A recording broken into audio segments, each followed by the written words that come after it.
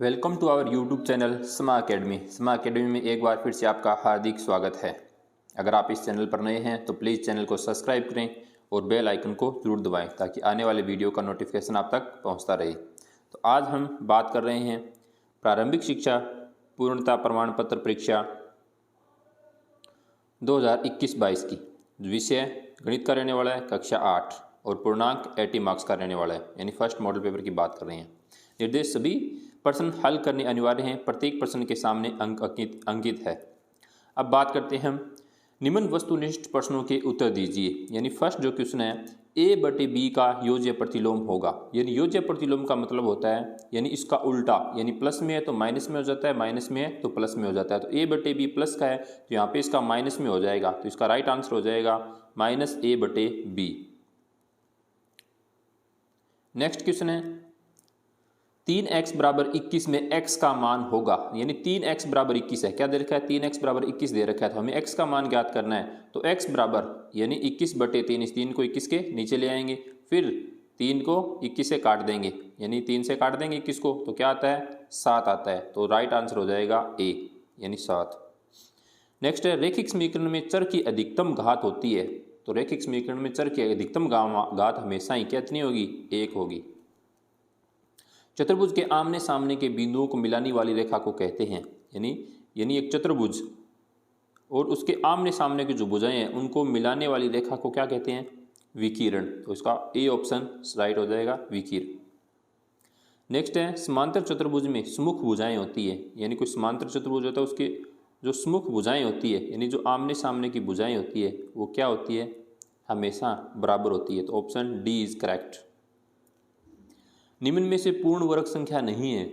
यानी अपने को वर्ग संख्याएं जो याद है तो इसे हम पता लगा सकते हैं कि पूर्ण वर्ग संख्याएं कौन सी नहीं। जैसे 2025 पूर्ण वर्ग संख्या है, 441 पूर्ण वर्ग संख्या है, 81 पूर्ण वर्ग संख्या है, 79 कोई पूर्ण वर्ग संख्या नहीं है। तो इसका राइट आंसर हो जाएगा सी। नेक्स्ट है निम्न में से किस संख्या की वर्ग संख्या के अंत में 1 आएगा। यानी इकाई का जो अंक है यानी उसको उससे गुणा करेंगे तो अंत में क्या आ जाए 1। जैसे 9 को 9 से गुणा करते हैं, यानी 9 का 9 से गुणा किया कितना आया 81, यानी अंत में क्या आ रहा है 1 आ रहा है। जैसे 82 यानी अंत में 2 है तो 2 का 2 से गुणा किया 4 इकाई का अंक, 3 का 3 से किया 9, तो राइट आंसर हो जाएगा 109। 120 का 80% होगा। 120 का 80% यानी 120 गुणा 80/100, यानी 0 से 0 काट देंगे, बचा क्या 12×8=96। तो राइट आंसर हो जाएगा सी 12×8=96। नेक्स्ट बात करते हैं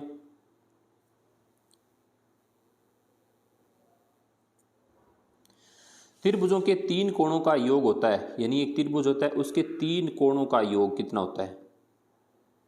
त्रिभुज के 3 कोणों का योग कितना होता है 180 डिग्री। तो राइट आंसर हो जाएगा बी। मूल बिंदु के निर्देशांक हैं। यानी मूल बिंदु के निर्देशांक जैसे ऐसे होता है ना अपन करते हैं, तो मूल बिंदु के निर्देशांक कितने होते हैं 0 0 होते हैं। कितने होते हैं 0 0। तो राइट आंसर सी। 6xy तथा 4x² का गुणनफल होगा। यानी इनका गुणा करना है। 6xy को 4x² से गुणा करना है। तो 6 को 4 से गुणा करेंगे 6 चौके 24 और x को x² से गुणा करेंगे x की 3 और y का y, तो 24x³ y। तो राइट आंसर हो जाएगा a। फिर है 5/c बड़ा 5/6 गुणा 5/6 गुणा 5/6, यानी 3 बार गुणा किया गया है। यानी 5/6 को कितनी बार गुणा किया है 5/6 से 1 2 3 बार गुणा किया गया है। तो इसका जो राइट आंसर होगा 5/6 की क्यूब। तो A option is correct. Next बात करते हैं a-b की स्क्वायर का हल क्या होगा। a-b a+b और a+b², इनका हल क्या होगा। तो इसका जो राइट आंसर हो जाएगा यानी a² यानी a² - 2ab + b², यानी सीधा सा सिंपल सा इसका ये फॉर्मूला है a² - 2ab, यानी option D is correct. Next है 2 अंकों की संख्या ab को लिख सकते हैं। 2 अंकों की संख्या ab को किस तरीके से लिख सकते हैं। जैसे कोई संख्या हमारे पास 22 है तो 22 को 20 + 2 लिख सकते हैं, यानी ये एक भाग a हो गया दूसरा भाग b हो गया।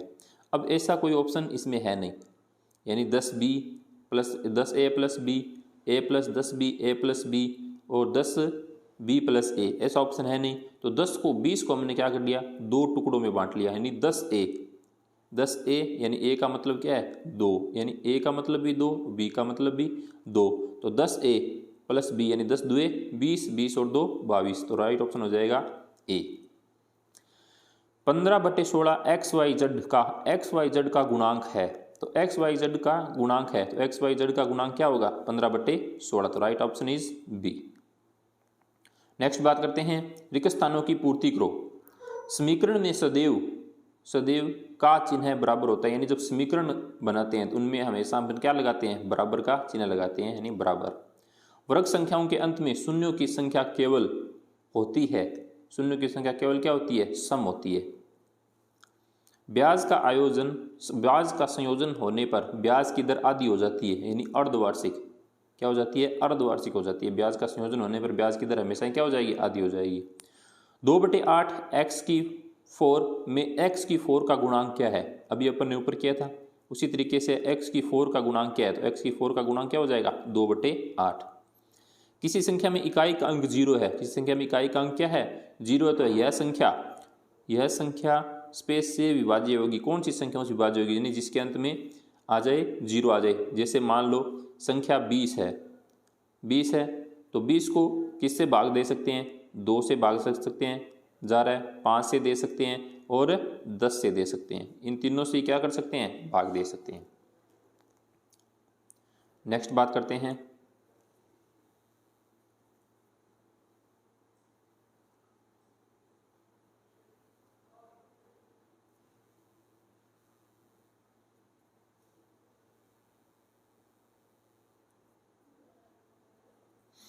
सरल कीजिए। 16 - 16² - 1 गुणा 5 - 2 है, तो इसको हल करना है। तो जो माइनस की संख्या है उनको पलट देते हैं, यानी जो माइनस की संख्या है उनको पलट देते हैं, यानी नीचे वाली को ऊपर ले जाते हैं, ऊपर वाली को नीचे ले जाते हैं। किस तरीके से, देखो जैसे यहाँ पे 16 - 1 था तो इसको नीचे ले आए, 16 की पावर 1 प्लस में कर दिया, जो माइनस का 2 था उसको ऊपर ले गए, यानी 2 की पावर कितना कर दिया 4 कर दिया, गुणा 5 की 3 था, तो 2 की पावर 4, यानी 2 गुणा 2 गुणा 2। किस तरीके से लिखना है, 2 गुणा 2 गुणा 2 गुणा 2, तो 2 दुए 4, 4 दुए 8, 2 16, यानी यहाँ पे लिख दिया 16 गुणा 5 की क्यूब यानी 125/16, तो 16 को 16 से काट दिया, तो राइट आंसर अपना कितना बच गया 125। नेक्स्ट बात करते हैं, 4 की क्यूब गुणा 4 की पावर 4 भाग 4 की क्यूब से घातांक रूप में लिखना है। किसके रूप में लिखना है, घातांक रूप में लिखना है। तो जहाँ पे यानी 4 गुणा 4 यानी 4 की क्यूब गुणा 4 की पावर 4 है, तो यहाँ पे इनका आधार समान है, आधार समान हो तो आधार को एक बार लिख देते हैं, गुणा में है तो जो घाते हैं उनको आपस में जोड़ देते हैं, तो 3 और 4 7, यानी 4 की पावर 7 हो गया, भाग 4 की क्यूब 3 हो गया। अब भी इनका आधार समान है और बीच में निशान भाग का है, तो जो इनकी घाते हैं उनको क्या कर देते हैं, माइनस कर देते हैं, तो घात यानी आधार समान है, आधार को लिख दिया, 7 में से 3 को घटा दिया, कितना आ गया 4, तो राइट आंसर आ गया अपना 4 की क्यूब 4।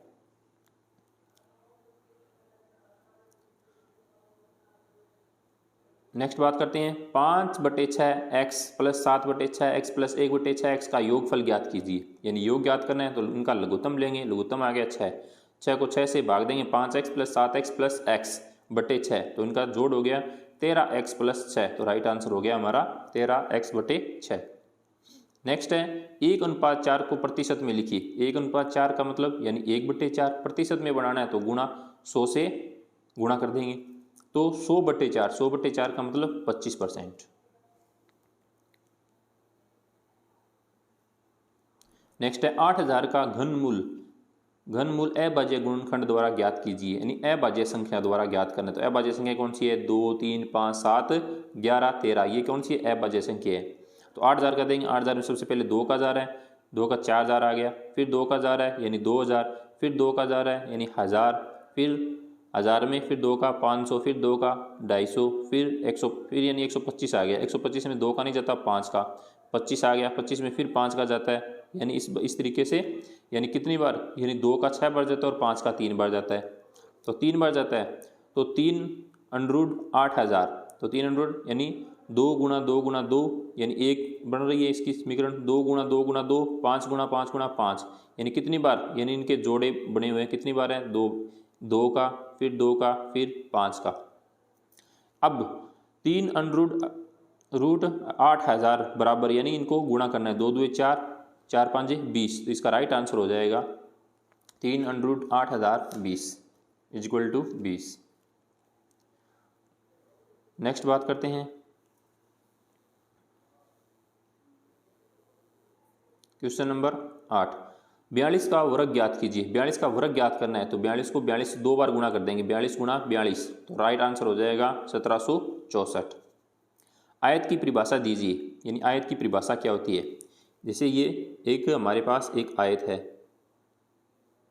तो आयत के आमने सामने की भुजाएं बराबर होती है, यानी आमने सामने की जो भुजाएं होती है वो क्या होती है, बराबर होती है, तथा प्रत्येक कोण 90 डिग्री का होता है, और उनके प्रत्येक कोण कितने डिग्री का होता है, 90 डिग्री का होता है। यह आयत की परिभाषा है। नेक्स्ट बात करते हैं, एक समभुभुज की प्रत्येक आंतरिक कोण की माप ज्ञात कीजिए जिसकी 5 भुजाएं हैं। जिसकी 5 भुजाएं, इसका सूत्र होता है n-2 गुणा 180/n। ये इसका क्या है, फॉर्मूला है इसका, यानी एक समबाहुभुज। तो जो n है वो n है, यानी भुजाओं की संख्या, n का मतलब क्या है, भुजाओं की संख्या। तो 5 - 2 गुणा 180/5, तो 5 में से 2 गया, 3 गुणा 180/5, 100। अब 5 से 18 को काट देंगे, कितनी बार जा रहा है, कट रहा है 36 बार, तो 36 दिए 108, तो प्रत्येक भुजा कितने डिग्री हो जाएगी, 108 डिग्री के प्रत्येक कोण, यानी सम बहुभुज के प्रत्येक आंतरिक कोण का मान हो जाएगा 108 डिग्री। नेक्स्ट बात करते हैं, 2x - 3 बराबर x + 2 को हल कीजिए। किसको हल करना है, 2x - x बराबर 2 + 3। अब जो x की संख्या है उसको x की साइड में लिखें, और जो संख्या है सीधी उनको एक साइड लिख देते हैं। जैसे यहाँ पे 2x है तो 2x को इधर लिख दिया। अब x यहाँ पे प्लस का है तो इधर आके किसका हो गया, माइनस का हो गया। अब यहाँ पे 3 माइनस का, इधर आके किसका हो गया, प्लस का हो गया। तो 2x - x बराबर 2 + 3, 2x में से 1x घटाया, x बचा, 2 और 3 5, तो राइट आंसर हो जाएगा x बराबर 5। फिर हम -2/3 गुणा 4/5 गुणा 6/16 को हल कीजिए, यानी इनको हल करना है। हल करें, कैसे करेंगे, जैसे 3 से काटा, 3 एकम 3, 3 दुए 6, फिर 4 से काटा, 4 एकम 4, 4 चौके 16, फिर 2 से काटा, 2 एकम 2, 2, फिर 2 को 2 से काट दिया, बचा क्या, ऊपर तो 1 और नीचे 5, तो -1/5। ऐसी 5 परिमेय संख्या लिखिए जो 2 से छोटी हो। किससे छोटी हो, 2 से। तो हमने एक रेखा पे किया था, यानी 0 1 2 और इधर भी -1 -2। इस तरीके से जैसे 0 से छोटा, यानी सबसे पहले 2 से छोटा क्या है, 1 होता है, फिर 1 यानी आधा, फिर 0, फिर -1, फिर -आधा। तो इस तरीके से कितनी होगी टोटल संख्याएं, 5 संख्याएं।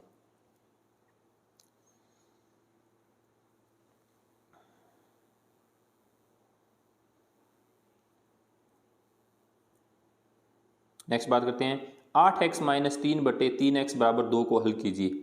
8x - 3/3x बराबर 2 को, तो इनका तिरछा गुणा कर देंगे, यानी ये संख्या बटे में है तो इनको तिरछा गुणा कर देंगे इसे, यानी इसके बटे में भी क्या लगा देंगे, 1 लगा देंगे। इसके बटे में 1 लगा देंगे, इनको तिरछा गुणा कर देंगे। तो 8x - 3 का 1 से गुणा किया, 8x - 3, और फिर 2 का 3x से किया, 2 गुणा 3x, तो 8x - 3 बराबर 2 3 6, यानी 6x हो गए। तो 8x, ये यहाँ पे 8x है और इधर 6x है, इस 6x को इधर लेके आएंगे, प्लस का इधर आके माइनस का हो जाएगा। तो 8x - 6x बराबर 3, 8 में से 6 घटाए 2x बचा, 2x बराबर 3, तो x बराबर क्या हो गया, 3/2।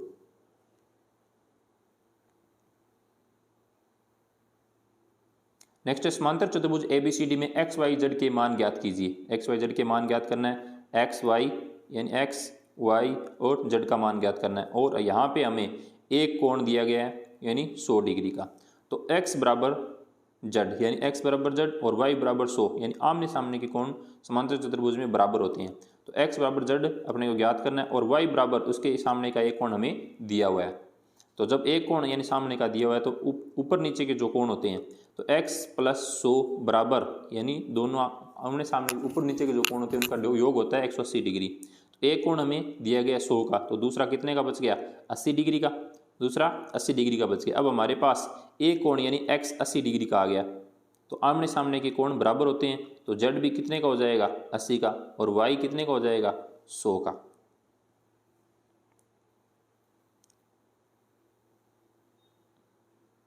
नेक्स्ट बात करते हैं अभाज्य गुणनखंड विधि द्वारा 512 का घनमूल ज्ञात कीजिए, यानी गुणनखंड विधि द्वारा 512 का। 512 में 2 का भाग दिया 256, 256 में फिर 2 का भाग दिया 128, 128 में 2 का 64, 64 में 2 का 32, 32 में फिर 2 का 16, 16 में 2 का 8, फिर 8 में 2 का 4, 4 में फिर 2 का 1, यानी अब कितनी बार गया है 9 बार, यानी 2 2 का कितनी बार दिया है अपने 9 बार दिए। तो इसी तरीके से यानी 9 बार दिए तो 3√512 यानी 2 को 3 बार, यानी ऐसे 3 जोड़े बन रहे हैं 1 2 और 3। अपन ने पहले भी एक ऐसा क्वेश्चन किया है। तो 3√512 तो 2 2 4, 4 2 8, तो इसका राइट आंसर हो जाएगा 8।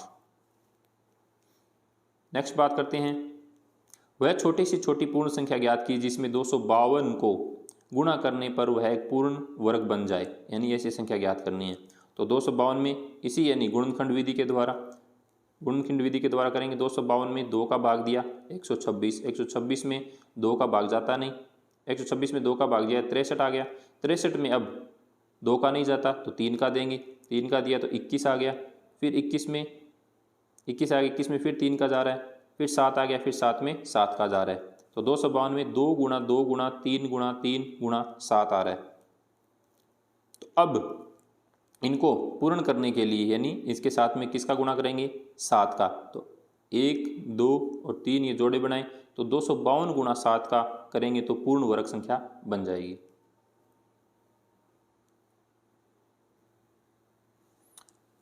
नेक्स्ट बात करते हैं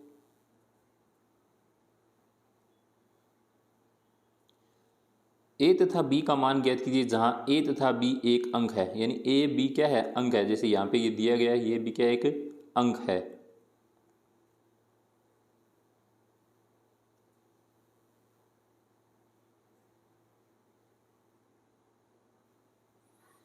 जैसे 3 + a और 2 5 यानी इनका जो योग है वो है b बराबर b 2 है। तो ऐसी कौन सी संख्या रखें, यानी a + 5 बराबर 12 रखा, तो 5 तो है और 12, तो इधर इसको मतलब माइनस करेंगे तो a बराबर कितना आ गया 7 आ गया, यानी a की जगह 7 रख देंगे, 7 और 5 12, तो यहाँ पे कितना आ गया 2 आ गया। अब एक जो हासिल है वो आगे चली जाएगी। फिर 1 3 2 यानी ये b का मान आ गया 1 3 2, तो b का मान कितना 1 3 2 कितना हो गया 6, तो b का मान 6 हो गया। तो a की जगह तो क्या आ गया 7 और b की जगह क्या आ गया 6। नेक्स्ट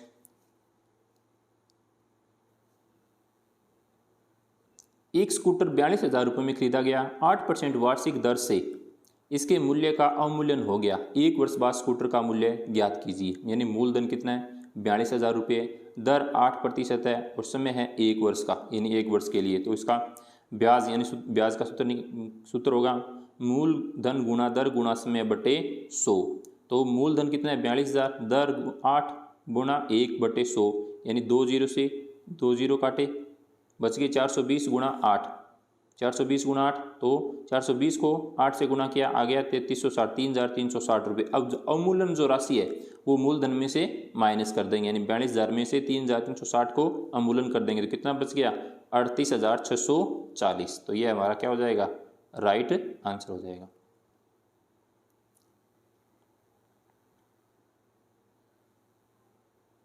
नेक्स्ट बात करते हैं राहुल और हसन की वर्तमान आयु में अनुपात 5:7 है। 4 वर्ष बाद उनकी आयु 56 वर्ष हो जाएगी, तो उनकी वर्तमान आयु क्या है, यानी 5:7 है, तो उनको हम किससे गुणा कर देंगे x से, यानी इसकी आयु वर्तमान जो आयु है 5:7 है, इनको x से गुणा कर देंगे 5x + 7x। तो राहुल की आयु 5x वर्ष है और हारून की आयु 7x वर्ष है, और 4 वर्ष बाद यानी 4 वर्ष बाद इनकी आयु राहुल की आयु 5x + 4 हो जाती है और हारून की आयु 7x + 4 हो जाती है। तो इन दोनों को क्या कर देंगे जोड़ देंगे, 5x + 4 + 7x + 4 और इनके 4 वर्ष बाद उनकी आयु का कितनी हो जाएगी, 56 हो जाएगी। तो x के x को जोड़ देते हैं और जो साधारण संख्या है उनको उसे जोड़ देते हैं। तो 5x + 7x कितना हो गया, 12x + 4 और 4 8 बराबर 56। अब इस समीकरण को हल कर देंगे। 12x बराबर 56, जो 8 प्लस के इधर जाके माइनस में हो जाएंगे। तो 12x बराबर कितना आ गया, 48 आ गया। 12x बराबर 48 आ गया। तो x का जब मान ज्ञात करेंगे तो 48/12 यानी 4 आ गया। अब देखो इनकी वर्तमान आयु ज्ञात कैसे करेंगे। तो राहुल की वर्तमान आयु पहले कितनी थी, 5x थी। 5x को x की जगह 4 रख दिया, 5 × 4 यानी 20। तो राहुल की कितनी हो गई वर्तमान आयु, 20। इसी तरीके से हारून यानी 7x थी, तो 7 × 4, x की जगह 4 रखा तो 7 चौके 28। तो राहुल की 20 हो गई और हारून की कितनी हो गई, 28 वर्ष।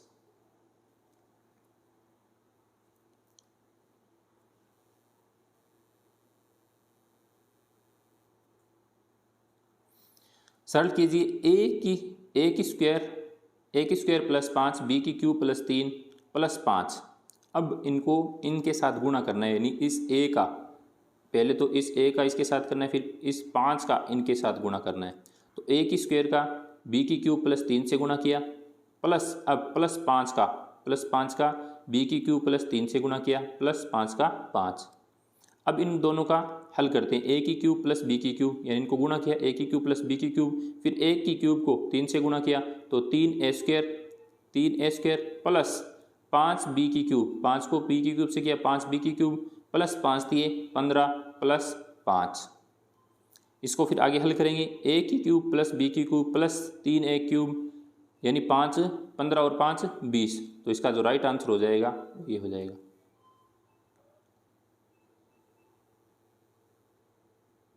मान ज्ञात कीजिए 1/3 की स्क्वायर -1 -1/4 की स्क्वायर -1 तो इनको जब ये माइनस में है तो इनको जब प्लस में करेंगे तो संख्या को क्या कर देंगे, पलट देंगे। तो 3/1 स्क्वायर 1 -4/1 की पावर 1। अब 2 यानी 3 और 4 है, यानी इनका a का कोई महत्व नहीं है। तो 3 और 4 जब इनका आधार घातांक समान है, घाते समान है, तो 3 - 4 = 1। तो इसका मान हो जाएगा 1। नेक्स्ट बात करते हैं, तालिका में दी गई राशियों के लिए आलेख बनाइए। जमा धन पर वार्षिक ब्याज, जमा धन और ये साधारण ब्याज है, यानी 1000 पर साधारण ब्याज 80 रुपये है, 2000 पे 160 रुपये है, 3000 पे 240 है, 4000 पे 320 है, 5000 पे 400 है। तो इनका एक आलेख बनाना है। आलेख कैसे बनेगा, यानी इधर जो 1000 2000 3 4 5, इधर 80 160 240 320 400 हो जाएगा। अब जो पहला है यानी 1000 पर 80 तो यहाँ पे बिंदु लगा दिया, फिर 2000 पर 160 तो यहाँ बिंदु लगा दिया, फिर 3000 पे तो यहाँ पे बिंदु लगा दिया, फिर 320 पे तो यहाँ बिंदु लगा दिया, फिर 400 पे तो यहाँ बिंदु लगा दी। अब जो ये पॉइंट्स है इन पॉइंट्स को क्या कर देंगे, मिला देंगे। ये हमारा आंसर हो जाएगा। आई होप कि आपको वीडियो अच्छा लगा होगा। प्लीज़ चैनल को सब्सक्राइब जरूर करें, अपने साथियों के साथ भी शेयर करें। हंसते रहें, मुस्कुराते रहें। मिलते हैं एक नई वीडियो के साथ, तब तक के लिए अलविदा।